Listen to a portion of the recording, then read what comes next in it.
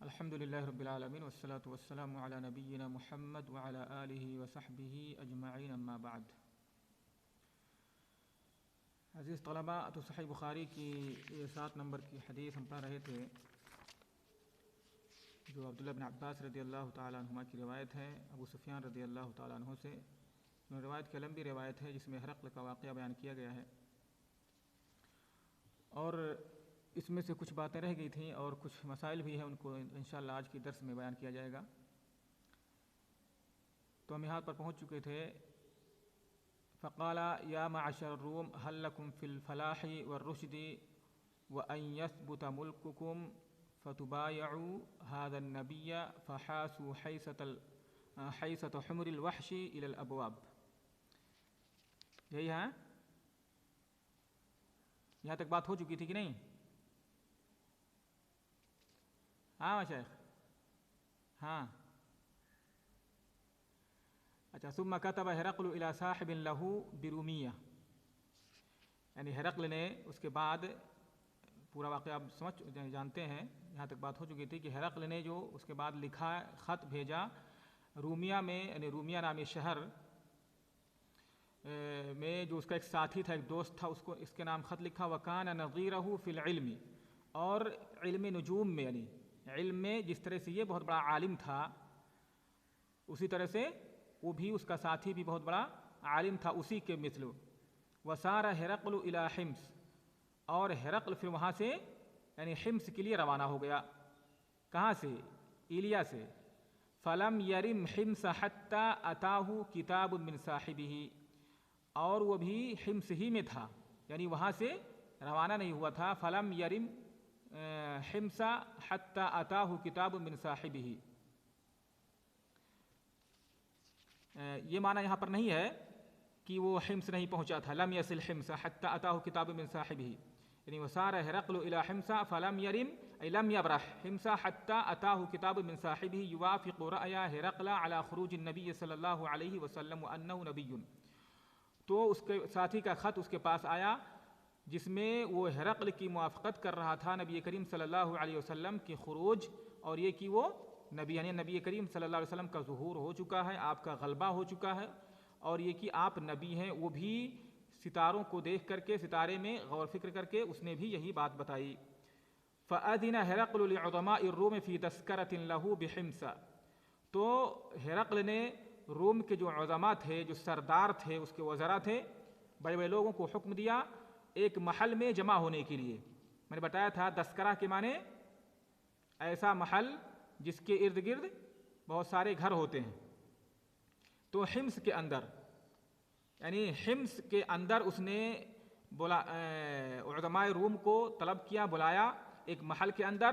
ثم امر بابوابها فغلقت، اور پھر یعنی اپنے نوکروں کو حکم دیا کہ وہ دروازے کو بند کر دیں، دروازوں کو بند کرنے کا آرڈر دیا۔ ثم اطلع فقال یا معشر الروم، پھر وہ طلوع یعنی اس نے اوپر سے گویا کہ یعنی سارے لوگ اس پہ اندر محل کے اندر بیٹھے ہوئے تھے، اور اوپر سے وہ اس نے جھانکا اور کہا یا معشر الروم هل لكم في الفلاح والرشد ان يثبت ملككم، کیا ای رغبت هل لكم رغبت في الفلاح والرشد، کیا تم لوگ چاہتے ہو کامیابی، ہدایت چاہتے ہو؟ وان يثبت ملككم، اور یہ کہ تمہاری بادشاہت باقی رہے، اگر یہ چاہتے ہو فتبایعوا هذا النبی، تو پھر اس نبی کے ہاتھ پر بیعت کرو۔ فحاسوا حیثة حمر الوحش الى الابواب، جب یعنی ہرقل نے لوگوں سے، عظماء روم سے بات کہی کہ اگر تم فلاح و رشد چاہتے ہو تو پھر اس نبی کی پیروی کرو، اس نبی کے ہاتھ پر بیعت کرو۔ تو جب لوگوں نے بات سنی، فحاسوا، حاسا کے معنی ہوتے ہیں یعنی بدکنا، متنفر ہونا، تو سارے کے سارے لوگ دروازوں کی طرف جنگلی گدھوں کی طرح سے بدکے اور دروازوں کی طرف بھاگے، یعنی بدک کر دروازوں کی طرف جنگلی گدھوں کی طرح سے بھاگے۔ جنگلی گدھا کسے کہتے ہیں؟ جنگلی گدھا حمر الوحش، ایک تو پالتو گدھا ہوتا ہے جو گھر مطلب گاؤں مطلب لوگوں کے پاس پایا جس کو لوگ پالتے ہیں، اور ایک ہوتا ہے جنگلی گدھا جیسے زیبرا وغیرہ ہوتا ہے تو اس کی خصوصاً ذرا سی آہٹ، ذرا سی مطلب کوئی بات ہوتی ہے تو فوراً کیا ہوتا ہے، یہ بہت تیز بدکتا اور بھاگتا ہے.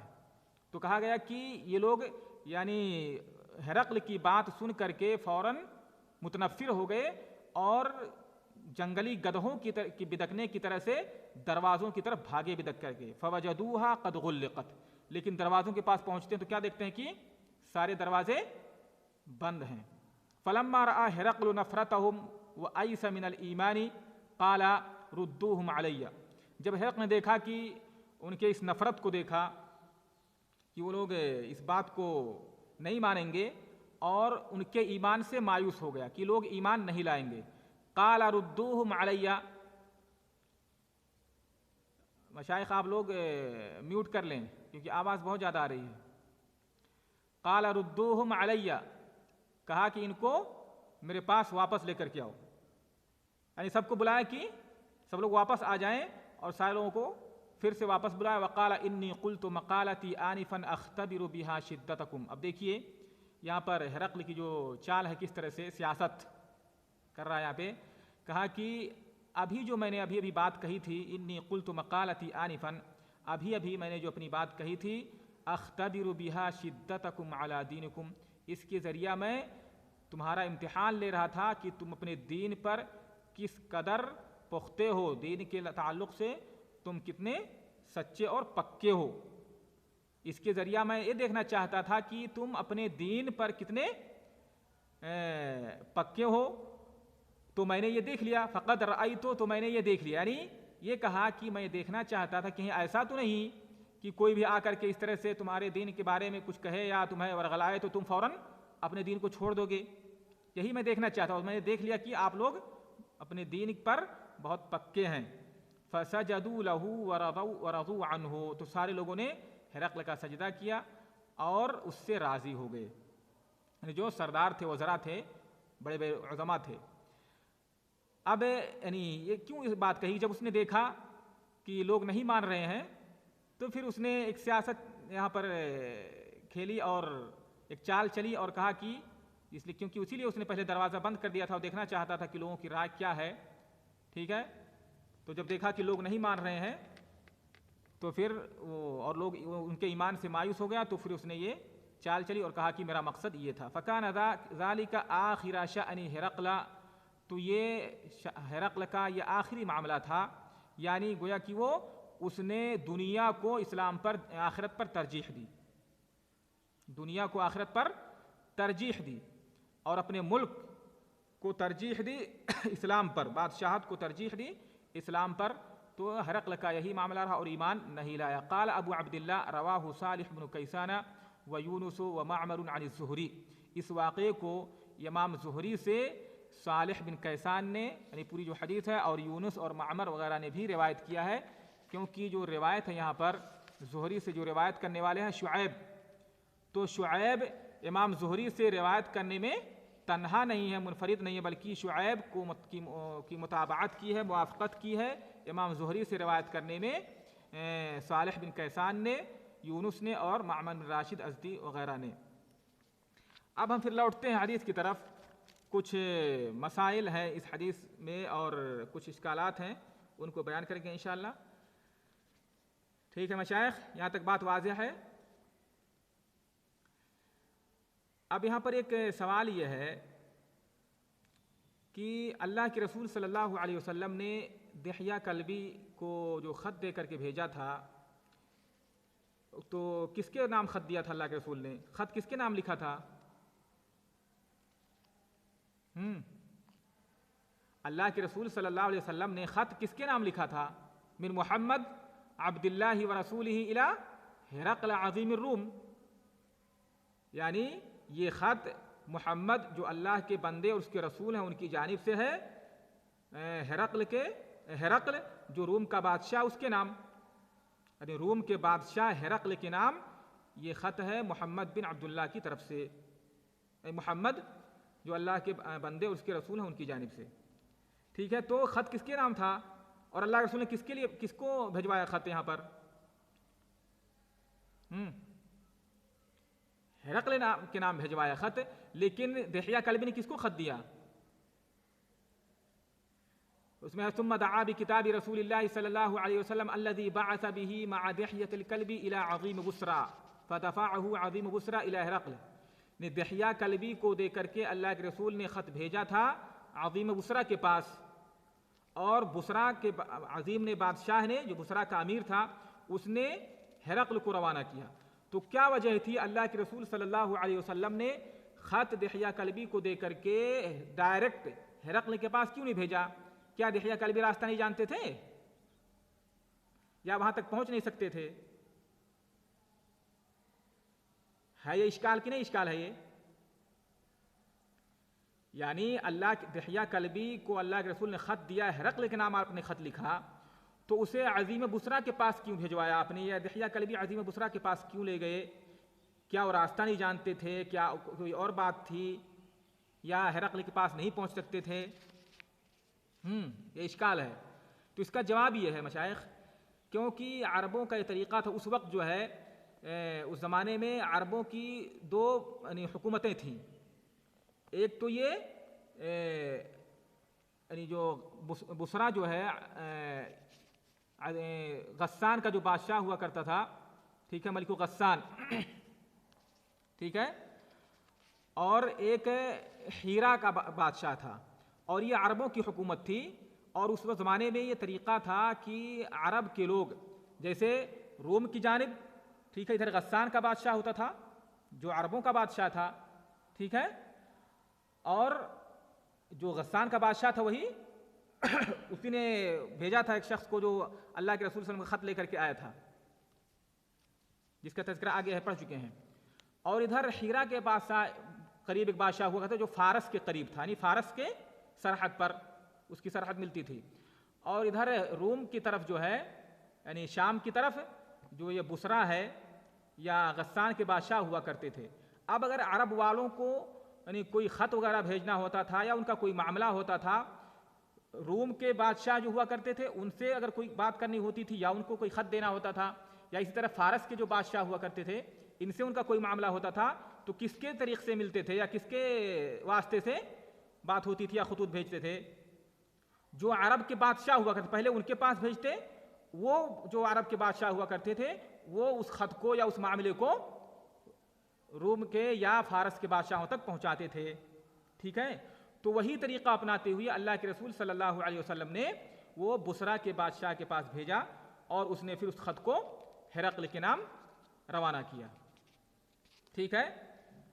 یعنی پہلے جو عرب کی جو حکومتیں تھیں، جو بادشاہ تھے، ان بادشاہوں سے یعنی ان کے پاس معاملہ جاتا تھا، پھر اس معاملے کو وہ جو دوسری حکومت تھی یعنی نصارہ کی حکومت تھی ادھر فارس میں، جو یعنی ادھر یعنی اہل فارس کی حکومت تھی، تو ان سے جو معاملہ کرنا ہوتا تھا تو پہلے اپنے جو عرب کے بادشاہ ہوتے تھے ان کے پاس اس معاملے کو پہنچاتے، اور پھر اس معاملے کو وہ ان کے پاس پہنچاتے تھے، روم یا فارس کے بادشاہوں تک۔ تو وہی طریقہ اللہ کے رسول صلی اللہ علیہ وسلم نے اپنایا، اور یہاں پر پہلے اس خط کو اس کے پاس بھیجا، اور پھر اس نے جو ہے اس ہرقل کے نام جو خط تھا اس کے لیے روانہ کیا، ٹھیک ہے مشائخ۔ دوسرا مسئلہ یہاں پر یہ ہے کہ ہرقل نے نبی کریم صلی اللہ علیہ وسلم کے بارے میں جو خبر دی کہ میں نے رات میں دیکھا ستاروں کو، تو ستاروں کو دیکھنے کے بعد مجھے یہ پتہ چلا کہ اس امت کا جو بادشاہ ہے، یعنی اس زمانے کے لوگوں کا جو بادشاہ ہے اس کا غلبہ ہو چکا ہے، یعنی وہ غالب آ چکا، اس کا ظہور ہو چکا ہے۔ یہ خط اللہ کے رسول صلی اللہ علیہ وسلم نے کب بھیجا تھا؟ سن 6 ہجری کے بعد، یعنی صلح حدیبیہ کے بعد۔ اور صلح حدیبیہ کو اللہ تعالیٰ نے کیا فرمایا ہے؟ انا فتحنا لک فتحا مبینا، انا فتحنا لک فتحا مبینا۔ تو اللہ کے رسول صلی اللہ علیہ وسلم کی گویا کہ اسلام یعنی اس صلح کو اللہ تعالیٰ نے فتح قرار دیا ہے مسلمانوں کے لیے۔ تو یہیں سے گویا کہ اسلام کا غلبہ شروع ہوتا ہے، اور اسلام کا ظہور نبی کریم صلی اللہ علیہ وسلم کا غلبہ شروع ہوتا ہے صلح حدیبیہ کے بعد ہی سے، وہی گویا کہ مبدا ہے۔ تو ہرقل نے جو یہاں پر خبر دی ستاروں کو دیکھ کر کے، ٹھیک ہے، ستاروں کو کیسے ہرقل نے پتہ لگا لیا کہ اس اور جو خبر دی اس نے بالکل صحیح خبر دی کہ نبی کریم صلی اللہ علیہ وسلم، وہی زمانہ تھا نبی کریم صلی اللہ علیہ وسلم کے غلبے کا، اور جو اس نے خبر دی ستاروں کو دیکھ کر کے، اسی طرح سے اس کے ساتھی نے بھی جو خبر دی ستاروں کو دیکھ کر کے کہ ہاں اس زمانے کا جو بادشاہ ہے، نبی ہے، اس کا ظہور ہو چکا ہے۔ ہاں مشائخ، کیسے خبر دی، کیسے ستاروں کو دیکھ کر کے جان گیا؟ کیا ستاروں کو دیکھ کر کے اس طرح کی خبریں معلوم کی جا سکتی ہیں؟ ہے اشکال کی نہیں؟ یا ستاروں کو دیکھ کر کے اس طرح سے خبریں معلوم کرنا یہ درست ہے؟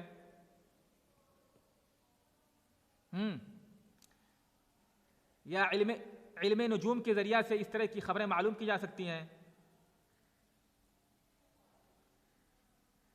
معلوم کی جا سکتی ہیں؟ تو پھر کیسے پتہ لگا لیا؟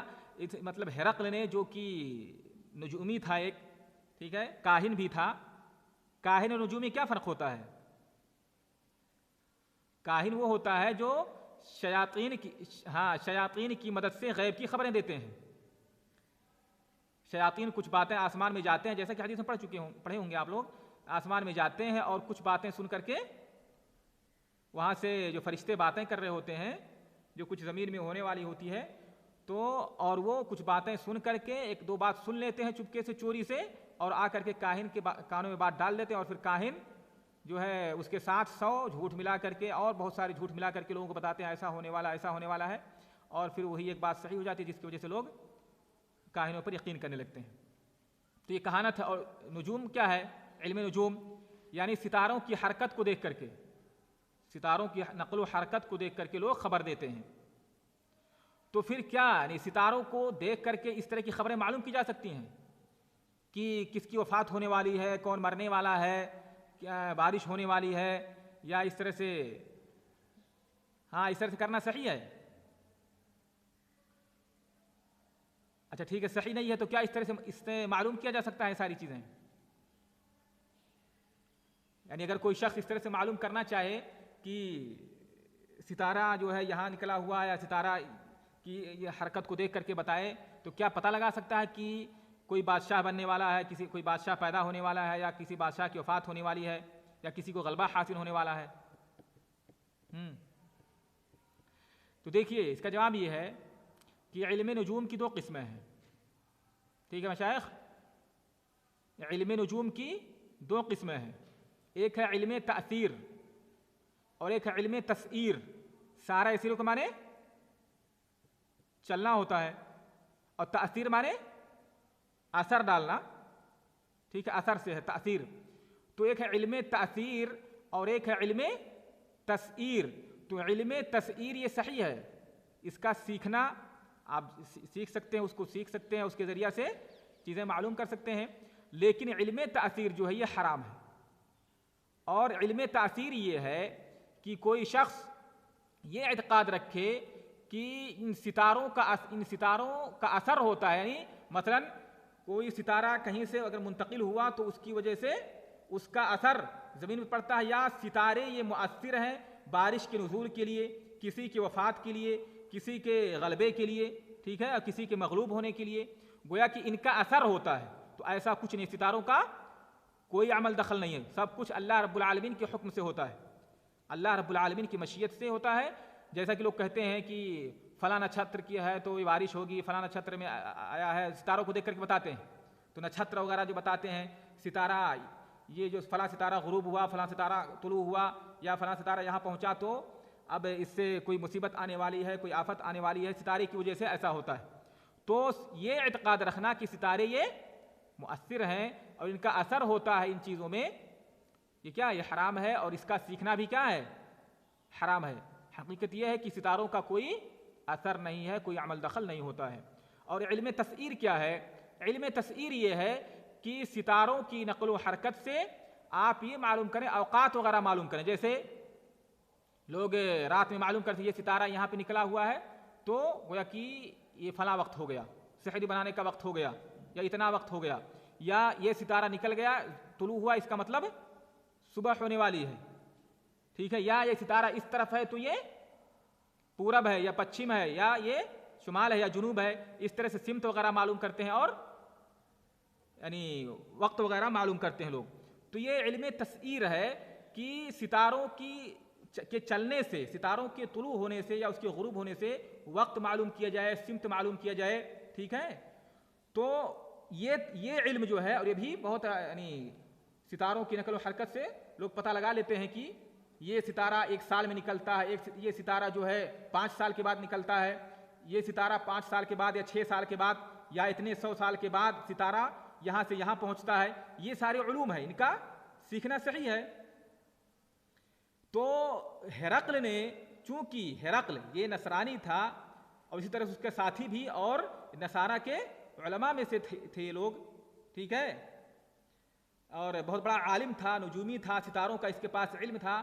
ان لوگوں کو معلوم تھا کہ عیسیٰ علیہ السلام کے بعد جو نبی آنے والے ہیں، آخری نبی، ان کا وہ کس زمانے میں آئیں گے اور کتنے وقت کے بعد آئیں گے. ٹھیک ہے، وہ مدت معلوم تھی، اس کی علامتیں تھیں، وہ لوگ پڑھ چکے تھے اپنی کتابوں میں کہ جو نبی آنے والے ہیں عیسیٰ علیہ السلام کے بعد، وہ کتنے زمانے کے بعد آئیں گے، کتنی مدت کے بعد. تو اس نے جب ستاروں کو دیکھا تو اس کو اندازہ ہو گیا، پتہ لگ گیا کہ یہ زمانہ وہی ہے جس زمانے کی طرف اشارہ کیا گیا ہماری کتابوں میں کہ اتنی مدت کے بعد اس نبی کا ظہور ہوگا اور اتنی مدت کے بعد اس نبی کا غلبہ ہو چکا ہوگا. تو وہ وقت آ چکا ہے. ٹھیک ہے، تو اس نے ستاروں کو دیکھ کر کے کیا پتہ لگایا تھا؟ وقت کا پتہ لگایا تھا کہ وہ وقت آ چکا ہے، وہ زمانہ آ چکا ہے جس زمانے میں اس نبی کا ظہور ہونا تھا، جس زمانے میں اس بادشاہ کا ظہور ہونا تھا. واضح مشائخ؟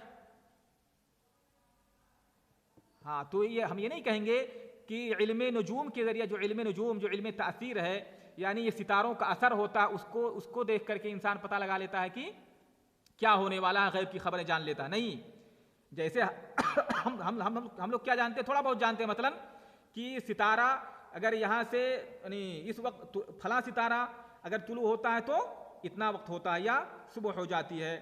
ٹھیک ہے، فلاں موسم میں فلاں ستارہ یہاں رہتا ہے، فلاں موسم میں فلاں ستارہ یہاں پہ ہوتا ہے، یا یہ ستارہ اس سمت میں نکلتا ہے، تو اس کے ذریعے سے راتوں میں ہم سمت معلوم کر سکتے. جیسا کہ اللہ رب العالمین نے قرآن مجید کے اندر ستاروں کے بارے میں بتایا کہ ستارے کے مطلب تخلیق کا مقصد اللہ تعالیٰ نے 3 مقاصد بیان کیا، یعنی رجوما للشیاطین، اسی طرح سے ہدایت، راستہ معلوم کرنے کے لیے، اور کیا ہے،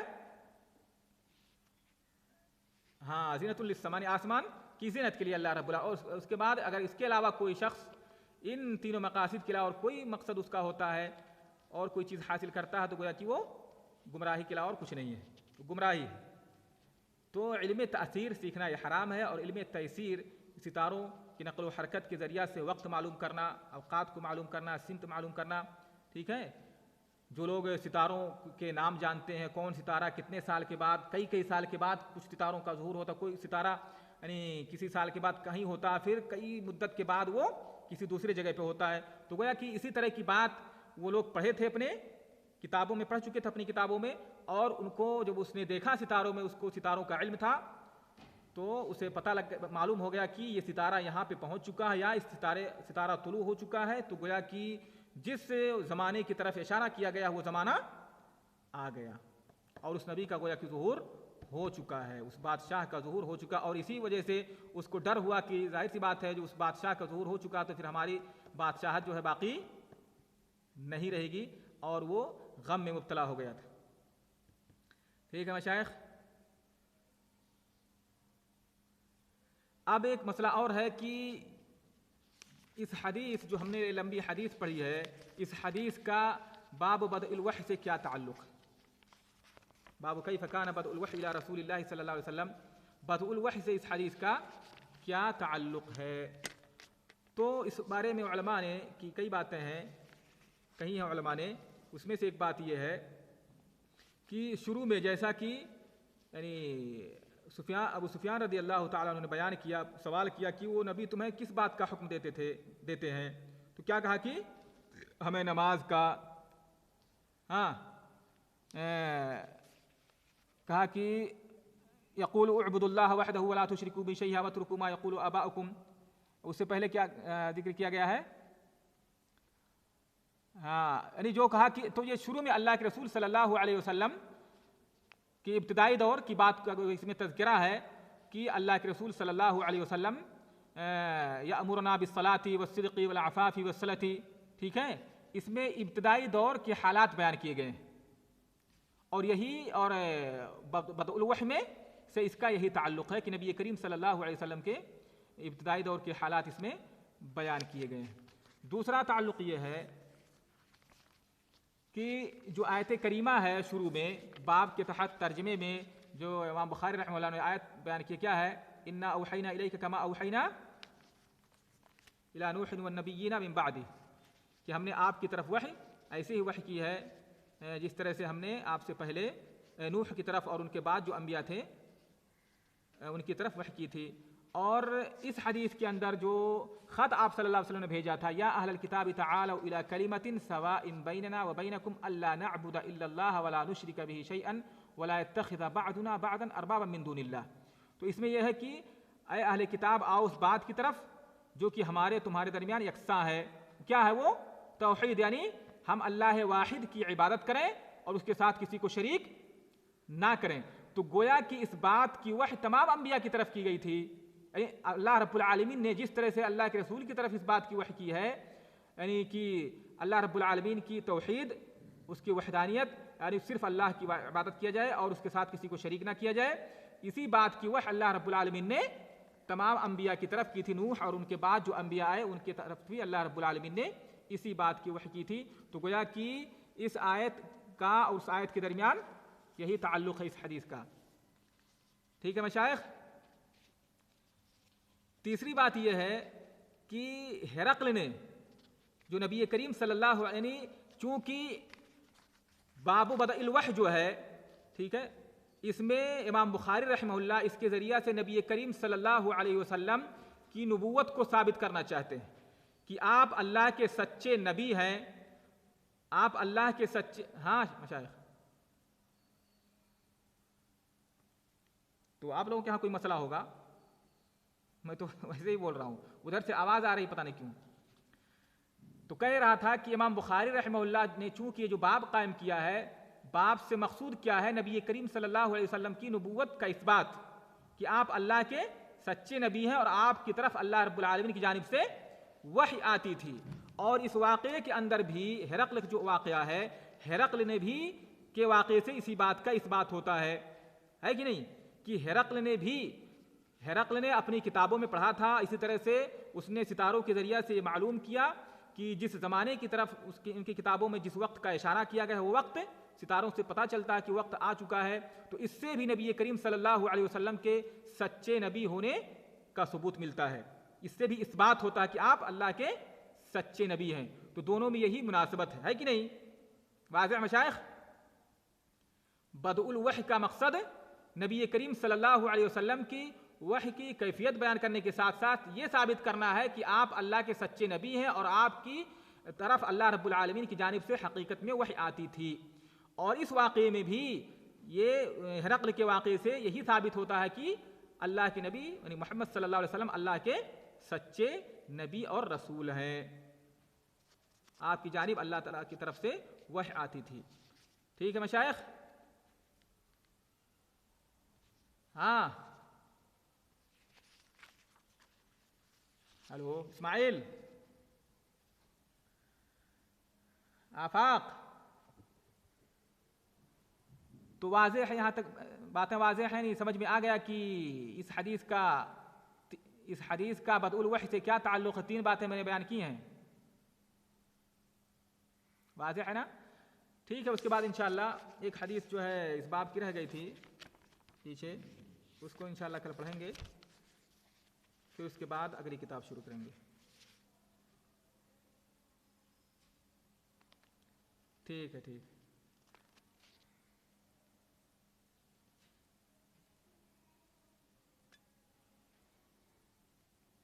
ٹھیک ہے، آپ لوگ اس کو سنیے غور سے، اور جو باتیں نہ سمجھ میں آئے بعد میں اس کو پوچھ سکتے ہیں، اور بھی کوئی اشکال ہو، کوئی کہیں چیز کوئی نہ سمجھ میں آئے تو اس کو آپ پوچھ سکتے ہیں، ٹھیک ہے؟ ہاں